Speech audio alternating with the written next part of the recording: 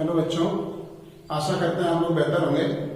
आज के क्लास में हम लोग विलयन के बारे में जानेंगे। इससे पहले हम लोगों ने विलयन के बारे में स्टार्ट किया था कि विलयन चैप्टर को तुम्हें बताया था कि विलयन क्या होता है, सॉल्यूशन किसे कहते हैं और विलयन कितने प्रकार के होते हैं। 9 प्रकार के विलयन के बारे में आपको बताया गया था और उसके बाद सांद्रता के बारे में बताया गया था कि सांद्र क्या होता है और तन क्या होता है। फिर इसके बाद हमने इसमें आपको बताया था मोलरता के बारे में और मोलरता से संबंधित हमने एग्जाम्पल भी आपको दिया था।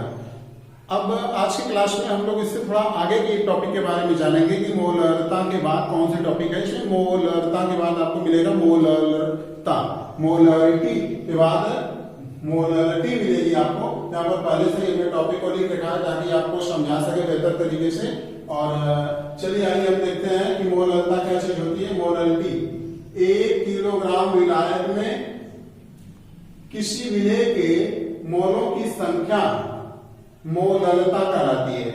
1 किलोग्राम विलायक लेना है, जिससे हमने पहले बता दिया था कि विलयन 2 पार्ट में होता है, एक विलेय होता है, एक विलायक होता है। तो विलायक 1 किलोग्राम विलायक में विलेय के मोलों की संख्या, 1 किलोग्राम में कोई भी विलेय हो वह उसके कितने मोल उसमें विलेय है वही उसकी मोलरिटी कहलाती है या कह सकते हैं मोलरता कहलाता है। इस प्रकार से विलयन की मोलरता बराबर होता है विलेय के मोलों की संख्या, मतलब कितने मोल उसमें विलेय है बटे विलायक का भार ग्राम में। जो विलायक हम लेते हैं उससे विलायक को हम इसमें ग्राम में मापते हैं। तो इस प्रकार से, लेकिन हमें ये ज्ञात होना चाहिए कि जो विलेय के मोलों की संख्या होती है, विलेय के मोल बराबर होता है विलेय का ग्राम में भार बटे अनुभार होता है। ये याद रखना काफी आवश्यक है। तो यहाँ पर हम ये मान उठाकर रख देंगे विलेय का ग्राम में भार बटे अनुभार। तो हमें एक नया फार्मूला प्राप्त हो जाएगी, विलयन की मोलरता बराबर विलेय का ग्राम में भार बटे अनुभार बटे विलायक का भार किलोग्राम में। किलोग्राम या ग्राम में भी हम ले सकते हैं। अब इसके आधार पर इसमें कुछ पॉइंट्स आपको बताए जाते हैं कि इसकी यूनिट्स क्या होती है। पहला पॉइंट है मोलरता की इकाई मोल प्रति किलोग्राम होती है। तो इसकी यूनिट होती है, इसको हम मोल प्रति किलोग्राम में व्यक्त करते हैं। मोलरता ताप से प्रभावित नहीं होती, इस पर ताप का प्रभाव नहीं पड़ता है। जबकि इससे पहले आपको मोलरता के बारे में बताया गया था कि उसमें ताप का प्रभाव पड़ता है, क्योंकि इसमें बताया जा रहा है कि आयतन से संबंधित नहीं है। जब आयतन से रिलेटेड नहीं होगा तो हम जानते हैं कि जब किसी पदार्थ का ताप बढ़ाया जाता है या कहते हैं कि गर्म करते हैं, तो गर्म करने पर उसके आयतन में प्रसार होता है। तो आप ये समझ सकते हैं कि जब इसमें आयतन है ही नहीं और हमेशा हर जगह आपको द्रव्यमान किलोग्राम में निकालने को या ग्राम में निकालने को दिया गया है, तो किसी पदार्थ का द्रव्यमान जितना होता है वो परिवर्तित नहीं होता है। जबकि ताप बढ़ाने पर आयतन घट बढ़ सकता है, लेकिन उसके द्रव्यमान पर कोई प्रभाव नहीं पड़ता है। इसके आधार पर यह बताया जाता है कि मोलरता ताप से प्रभावित नहीं होता, क्योंकि आयतन से संबंधित नहीं है। आइए इसी पर एक एग्जांपल देखते हैं। 6 ग्राम यूरिया, हमने 6 ग्राम यूरिया लिया है। यूरिया का सूत्र आप जानते हैं NH2CONH2 होता है, NH2CONH2। 500 ग्राम जल में घुला हुआ है, तो मोलरता की गणना कीजिए। हमने 6 ग्राम यूरिया ले लिया और आधा लीटर या कह सकते हैं 500 ग्राम जल में उसको मिला दिया गया। उसको मिलाने के बाद पूछा जा रहा है कि उसकी मोलरता कितनी होगी। तो हमें मोलरता के लिए सूत्र पहले से ज्ञात है कि मोलरता बराबर होता है विलेय का ग्राम में भार बटे अणुभार बटे विलायक का भार किलोग्राम में।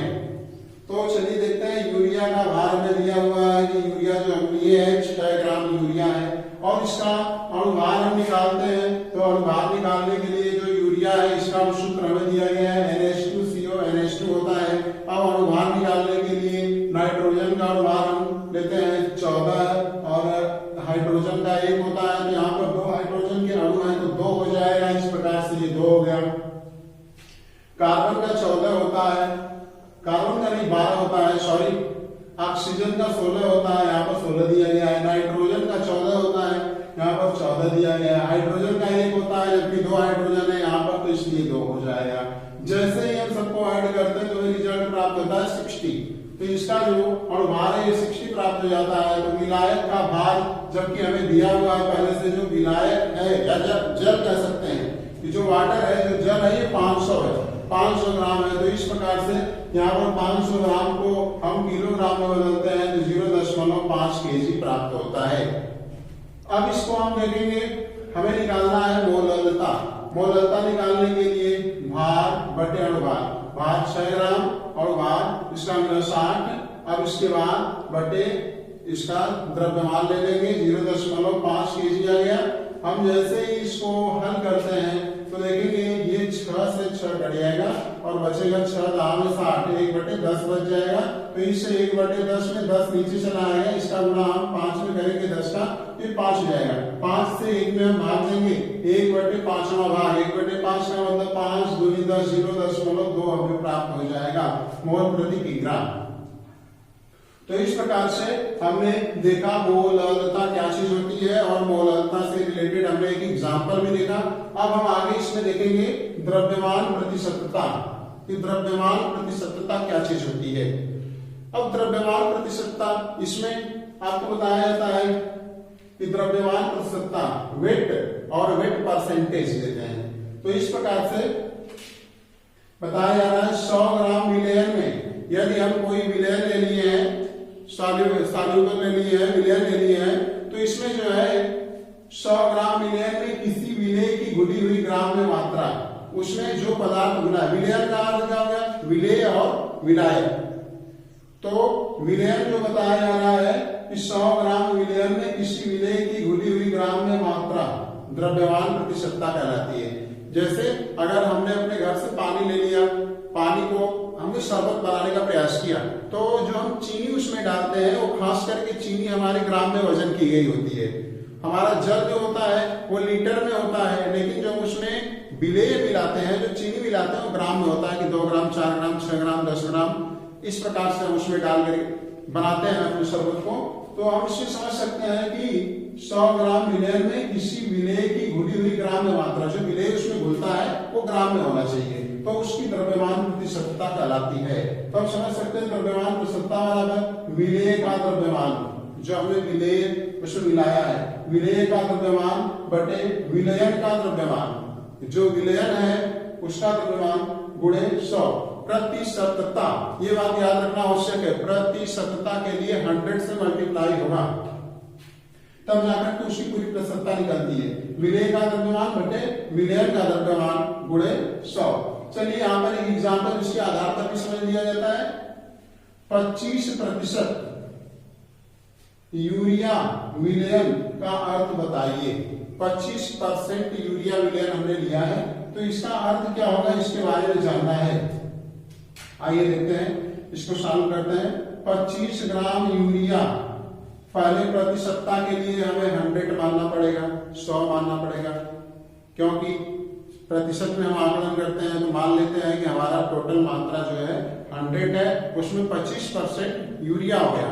जब उसमें 25% यूरिया हो जाएगा तो आप शायद कंफर्म हो चुके होंगे कि उसमें जो 75% है वो दूसरा पदार्थ होगा, या ऐसा कह सकते हैं कि 25% यूरिया होगा तो 75% जो है इसमें जो दूसरा विलयन में जो विलायक है वो कह सकते हैं, या हम कह सकते हैं अगर जल में घोला गया है तो 75% या 75 ग्राम उसमें जल मिलकर के बनाया जाता है। तो इसका अर्थ यही हो गया कि जो हमारा विलयन प्राप्त है उसमें 25 ग्राम यूरिया है या 25 भाग यूरिया है और 75 भाग जल है। तो ऐसे कह सकते हैं कि 25 ग्राम यूरिया 100 ग्राम जलीय विलयन में उपस्थित है। 100 ग्राम जलीय विलयन हमारा बन रहा है और उसमें 25 भाग पूरा का पूरा यूरिया है और बाकी शेष भाग जल है। तो इस प्रकार से हम इसमें गणना करके बता सकते हैं कि इसमें कौन सा भाग कितना सम्मिलित है। इसी पर रिलेटेड एक और एग्जांपल देखते हैं, जरा देखिए इधर। 25% प्रतिशतता यूरिया विलयन की मोललता ज्ञात कीजिए। इसमें ये सटीक क्वेश्चन है मोललता के ऊपर कि 25% यूरिया वाले विलयन की एक विलयन बनाया गया है, क्या कह सकते हैं जैसे हम शरबत बनाते हैं, एज एग्जाम्पल उसी पर समझते हैं। शरबत बनाते हैं तो उसमें चीनी डालते हैं, ठीक उसी प्रकार से पानी में जल में यूरिया घोल दिया गया है, उसमें 25% यूरिया घोला गया है। तो आप ये समझ सकते हैं इस बात को कि हम ये जानेंगे जो यूरिया, जैसे हमने अभी अभी यहाँ पर गणना किया था कि जो यूरिया का अनुभाग होता है वो 60 होता है। सूत्र के आधार पर आप समझेंगे कि जो इसका सूत्र होता है किसका, मोललता का। तो मोललता का सूत्र के लिए जैसे आप देखेंगे मोललता में हमने बताया था कि विलेय का ग्राम में भार बटे अणुभार होता है। विलेय का ग्राम में भार कितना है, 25 ग्राम मिला हुआ है। और अणुभार यूरिया है तो उसका अणुभार हमें भी हम लोग निकाले थे कि 60 हुआ करता है, बटे हम लोगों ने बताया था अभी विलायक का भार किलोग्राम में होता है। तो जो विलायक है यह किलोग्राम में दिया जाएगा, बट हमें ये जान लेना है कि 75 भाग जो होगा वह जल होगा। हम उसको चेंज करेंगे 75 को, तो इस प्रकार से हम उसको ग्राम को किलोग्राम में चेंज करने के लिए 1000 से उसको भाग देते हैं। जैसे 1000 से उसको भाग देंगे ये कन्वर्ट हो जाएगा, किलोग्राम में चेंज हो जाएगा।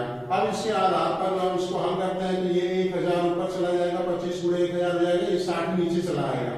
इस प्रकार से ऐसे आप देख सकते हैं 1 0 से 0 कैंसिल हो जाएगा और ये 25 से कम 25 हो जाएगा और 25 तिया 75 हो जाएगा 3, 1 गुणे 100 बचेगा और 3 गुणे 6 हो गया, जिसको हम 18 कहेंगे। तो इस प्रकार से 100 बटे 18 आएगा, जिसको डिवाइड करेंगे तो 5.5 मोललता इसकी प्राप्त हो जाएगी। इस प्रकार से जो हमारा विलयन है इसकी मोललता 5.5 हो जाएगी। अब हम इसके आधार पर आगे जानेंगे। अगली टॉपिक यहाँ पर ली गई है आयतन प्रतिशत क्या होता है, आयतन वॉल्यूम परसेंटेज क्या होता है। तो देखते हैं 100 ml विलयन में, ml मींस दैट मिलीलीटर, अब मिलीलीटर की बात आ चुकी है, ध्यान देंगे। 100 मिलीलीटर विलयन में किसी विलेय की घुली हुई ml में मात्रा, याद रखें विलयन है और उस विलयन में जो हमने विलेय घोला है वो भी ml में ही घुला हुआ है, तो उसकी मात्रा को हम आयतन प्रतिशतता कहते हैं। फिर से एक बार देख सकते हैं, इस पर स्पष्ट लिखा हुआ है कि 100 ml विलयन में किसी विलेय की घुली हुई ml में मात्रा को आयतन प्रतिशतता कहते हैं। और आयतन प्रतिशतता बराबर वही फार्मूला फिर हमेशा हो जाएगा विलेय की ml में मात्रा, याद रखेंगे कंफर्म एकदम स्पष्ट रूप से। जब यहाँ ml आयतन हमेशा हम जानते हैं कि मिलीलीटर में खास करके व्यक्त किया जाता है छोटे यूनिट के द्वारा। इस प्रकार से विलेय पहले होता है, फिर उसके बाद विलयन होता है और गुणे 100 प्रतिशतता के लिए। अब इस प्रकार से हो जाएगा विलेय की ml में मात्रा बटे विलयन की ml में मात्रा गुणे 100। आयतन को हमेशा इसमें व्यक्त किया जाता है, इसलिए हम इसको ml में इस प्रकार से दर्शा सकते हैं। चलिए इस पर एक एग्जांपल भी देखते हैं। 5 मिलीलीटर C2H5 एथिल अल्कोहल जिसे कहते हैं तथा 20 ml जल मिल करके एक विलयन बनाते हैं। 5 ml एथिल अल्कोहल लिया गया है, अल्कोहल समझिए आप, और उसमें 20 ग्राम या 20 ml क्या आ जा रहा है, 20 ml जल मिला करके एक विलयन बना लेते हैं। तो एथिल अल्कोहल की आयतन प्रतिशतता ज्ञात कीजिए। एथिल अल्कोहल की आयतन प्रतिशतता इसमें ज्ञात करना है। हम जानते हैं कि विलेय का आयतन कितना है, 5 ml है, इसमें 5 ml आयतन का इसमें विलेय किया गया है, मिलाया गया है। और विलयन का कुल आयतन कितना हो जा रहा है, जो विलयन मिला है इसमें विलेय हमने 5 मिलाया और हमारा जो विलायक था वो 20 था। याद रखेंगे 20 ग्राम जल जिसकी मात्रा विलयन में अधिक होती है उसको विलायक कहते हैं। और विलयन होता है विलेय प्लस विलायक, तो विलेय 5 ग्राम और विलायक 20 ग्राम दोनों मिलकर के हो जाएंगे, हमारा विलयन का आयतन हो जाएगा 25 ml। तो इस प्रकार से आयतन प्रतिशतता बराबर क्या हो जाएगा, विलेय की मात्रा 5 हो गई बटे विलयन की मात्रा अभी निकाले 25 हो गई गुणे 100। तो 25 को 100 ये 4 बच्चे 20, इस प्रकार से 20 ml आ जाएगी। तो हमने ये गणना करके देख लिया कि इतने ml में विलेय बनाने के लिए क्वेश्चन आपका यही था 5 ml C2H5 OH तथा 20 ml जल मिलकर के एक विलयन बनाते हैं। तो एथिल अल्कोहल की आयतन प्रतिशतता ज्ञात कीजिए। तो यहाँ पर जो एथिल अल्कोहल की आयतन प्रतिशतता प्राप्त हो गई वो 20 ml होगी। तो इस प्रकार से हम लोगों ने आज के क्लास में जाना मोललता क्या होता है, फिर इसके बाद उस पर एग्जाम्पल को जाना, फिर उसके बाद द्रव्यमान प्रतिशतता के बारे में जाना, आयतन प्रतिशतता के बारे में जाना। इसमें और भी एक आध 2 पार्ट बचे हुए हैं, जैसे पार्ट पर मिलियन आदि के बारे में बचा हुआ है जिसके बारे में आपको बताया जाएगा। फिर आप आज के लिए इतना ही आप लोगों के लिए। अगर आप लोगों को ये क्लास पसंद आया हो तो प्लीज लाइक शेयर और सब्सक्राइब जरूर कीजिए। वीडियो वॉचिंग करने के लिए थैंक्स।